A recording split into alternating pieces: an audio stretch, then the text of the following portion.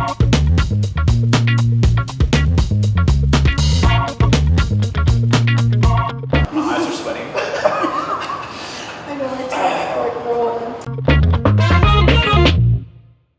everybody, welcome to another episode of Hall of Flame, where our guests try to answer burning questions. Today we have two local celebrities here. These guys own iconic Dallas clubs, restaurants, and bars, such as Tipsy Alchemist, Truth and Alibi, and Felix Copa. Mark Beardon and Stephen Underhill, aka Scuba, welcome you guys. Thanks, buddy. Thanks for having us. Looking forward to this. So do you guys generally eat spicy foods? So I'm a big fan. Yeah, growing up in England, Indian was always quite a common thing for us, and so anywhere from chicken kormas to vindaloos, I was all about all of them. So scuba though, I'm not so sure. Yeah, hot to me is a raw jalapeno. This will be tricky. This will be a little tricky. Pretty much done after that, so I'm in for the ride. Though. Let's do this. Let's do this. So guys, we have 5 different flavors right here tossed. We're going to start with the carne sauce hot, and then work our way up to the Dave's Insanity. Dave's Insanity. Okay. Yeah. Yeah, Cool. coney sauce. That's our staple sauce. Are we doing the whole shrimp, or are we just doing Well, you know what? however she Do wants? whatever you guys feel comfortable. Okay. I know I I'm haven't going to had eat the whole lunch, thing. so I'm gonna have the whole thing. I'm gonna go for the whole thing. We do it right. All right, carne sauce. Yes. And this is the sweet and savory coconut sauce with garlic, green onion. Yep. Delicious. I can get down with that. Yeah. So how long have you guys been in the hospitality industry, and when did you realize it was going to be a major part of your future? I'm gonna actually date myself for answering this question. 27 years I've been in this business. I've been doing it since I was 18 legally. Obviously before that I had family that was in the business. So I started even at a younger age than that, but legally since I was 18, I'm 3rd generation bartender. So, it's kind of in my blood. Yeah, I've not quite as old as Scuba, but I have been in it since I was 18 as well. Since so 16 years. Same thing during college, bar back, bartender. Started doing little promotions and stuff like that, and then it was, I've sort of realized hospitality was something I really enjoyed, and I wanted to pursue a career in it, and never look back. So yeah. I love it. Yeah. Now we've all been sucked in. Yeah. Now we're fully committed. Yeah. Lifers. Yeah. Let's dive into the next shrimp. Okay.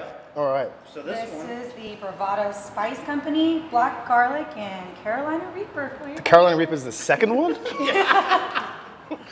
Cheers. Cheers. Cheers. Yep. There it is. It's good. A little garlic in that one. The Ooh. black garlic flavor. A little kick to it. Yeah. Yeah. Scuba, how you holding up? He's quiet. Good thing with the AC going, because it's gonna get hot. That's got a kick. So you have the SBBC hat. Yeah. Obviously, SBBC is actually a group of you guys. Yeah. Of guys who have been in this industry for a long time. There's a lot of knowledge, a lot of wisdom. Do you guys find it challenging to come up with a solution or answers when there's so many different ideas? Do you sometimes feel like there may be too many chiefs, not enough Indians sometimes? Well, for our company, we have obviously our SWC is our parent company, and consists of a board of 5 of us, and then we open all our individual concepts and we bring on operating partners. So everything with our parent company and the operator is it's all votes. The operators themselves handle the operations of things. We don't ever micromanage and intrude on how they want their individual operations to be. Obviously following certain protocols and guidelines for us as a parent company, but Scuba can go into what as one of the operators of a few of our businesses, how that kind of structure works. I think what really works great with SBBC and the partners is you have a really diverse group of guys. All of us have been in at least 10 plus years. Everybody brings something a little bit different to the table. So, there are times, obviously, in any relationship, you have your ups and downs. But I would say 95% of the time, we're always on the same page, always going for the same goal. With Tipsy Alchemist, I was done. I was getting out of the business. I didn't want to do it anymore. I was burnt out. Everybody I'm serving is old enough to be my kid. I wanted to throw them through windows, and I was like, all right, I can't do this anymore. And Chris and Mark came to me and were like, hey, let's do something that you've always wanted to do. We'll get behind you 100%. Let's do something fun. So, that's when we came up with Tipsy Alchemist. Doing, craft cocktails are really starting to grow at this time, and people are getting more into it. But there's a lot of people kind of nervous about it, didn't know how to approach craft cocktails. And I think that's what we did with Tipsy Alchemist, is kind of broaden the horizon for people to come try some fun drinks, keeping it to the classics, but also elevating and changing the game a little bit. And I think that's what Tipsy Alchemist is about, and they've been behind me 100%. It's crucial that we have our partners and operators like Scuba, and and because each concept's so unique within our portfolio, and it's crucial to have that key guy in each one, and that then kind of take the reign on that concept. And now we've got 2 locations going with more in the works, so it's great to see these guys grow along, and then us as a company. It also means we have the bandwidth to expand, So Yeah, the passion shows, man. I love that place. You guys, the staff is phenomenal. It's great, yeah. Drinks are phenomenal. Oh, great. Like I said, I've been doing this 27 years. I've worked for many, many people. I've worked with many, many people. And what we have, the unit between SBBC and all of our other locations, it works. It clicks, and we just keep wanting to bring cool establishments and concepts to people. Yeah, exactly. It's exciting stuff. I mean, you guys have become a staple, and now there's a location in Austin. Yeah. So. Which is really exciting because Austin, we've always thought about, hey, we want to do Austin, but was Austin ready? Unfortunately, they're not always about what Dallas is about. Yeah. Sure. So We had to be very careful about going to another city with one of the concepts our first time. We didn't want to just barge down there and just open up our concepts and kind of take Austin by the horns. Essentially, we wanted to make sure that we ease our way into it and met the locals and met the industry down there correctly and did it respectfully. So Absolutely. it's important. Absolutely. That's great. Yeah. yeah, that shrimp was hot. Yeah, well, This one. Delicious. So what do we have here? This is by Small Axe Peppers. It's a habanero mango. Oh, okay. you would think that the Reaper is hotter, but this... But the contents of that one weren't. Yeah. Okay. Packs a punch. Ooh.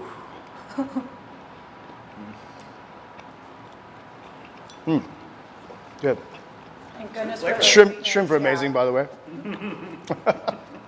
Blackened by buoy. Oh, dear baby Jesus. Oh no, it has begun. Yeah, that was good. Yeah. Good flavor.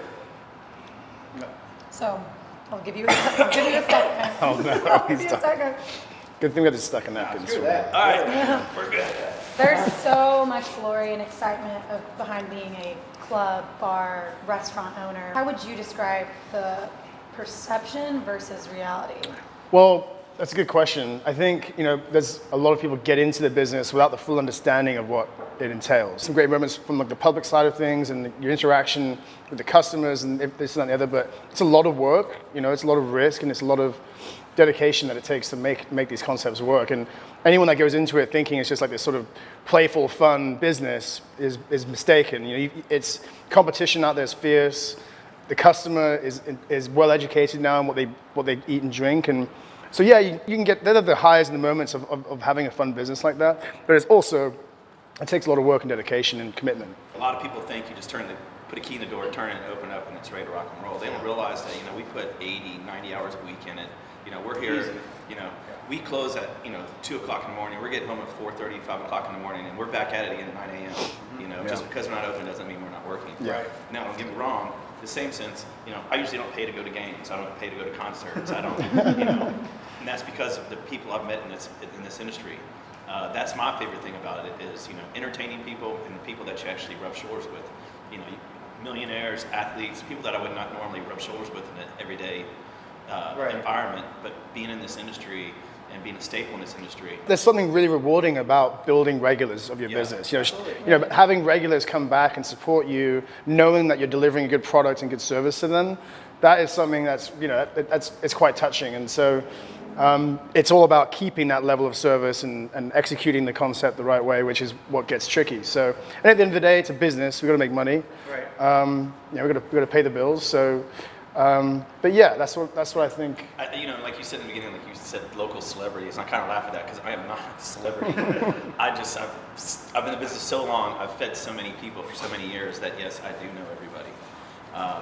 But what's great about Dallas, where most of the cities outside of Dallas, your major cities, that people support the businesses so much that I'll go out and see people that I haven't seen in 2 years, and they'll have one of my hats on, Yeah. or they'll have one of our shirts on, and they're out to dinner in a nice place wearing it because they're representing the place that they love going to. Isn't that such an awesome thing? It's awesome. It is. There's That's a lot definitely one of the industries highlights of that it. don't have that. Yeah. You know. Definitely. So. I think you nailed it on the head, man. Just because we're not open doesn't mean we're not working. Yeah, So true. that's very true. So many hours to go into it. Yeah, and it takes a great team to be successful. So we got guys and girls working in our company that are putting just as amount of the work in, and it's crucial that these people are part of our team.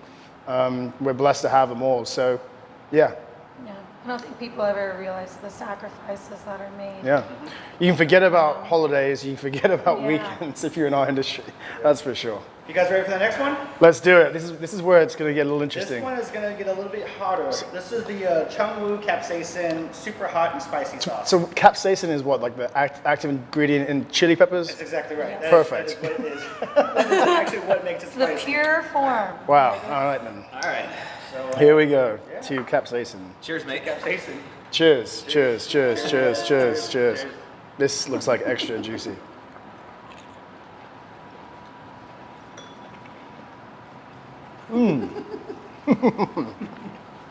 It's got a little bit more kick. Oh, Yep. don't breathe.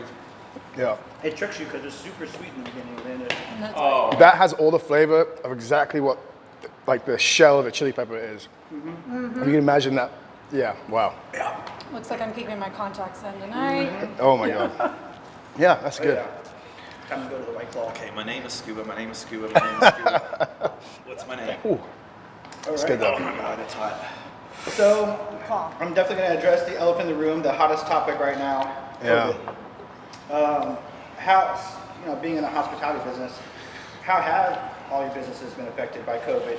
What do you guys think this means for future hospitality? Well, without question, it's damaging to our business. The word social distancing is crushing to what we're all about. Like, we're about being interactive and hosting our guests. Oh, that's good. This one's good. And yeah, it's crushing. And this is not something that's going to be hurting us for the 6 months, 8 months. This is 2-3 years of going into some debt and picking up loans and grants, stuff like that. I mean, it's something that we're going to have to recover for several years. And we still don't know what the customer is going to be like when it is all back open again. It's going to be trying times, but fortunately we're in a good place to be able to recover. And I think we'll be fully open again. We have several venues closed and our restaurants are open, but yeah. What do you think this means for you guys in the long term? So this is really my concern with it. Obviously, we've all adapted. As long as we've been in this business, the reason why we're successful in this business is because we overcome and adapt any kind of obstacle that we're given. But the problem with what's going on with COVID, it's going for so long that it's making people come up with new habits. You're no longer going out to the clubs every week. Now you're staying at home and doing parties with your friends, or you're doing barbecues. You're spending more time with your family. Well, not doing it for 3 weeks. Now you're doing it for 3 months. Mm-hmm. So now you've developed a new habit.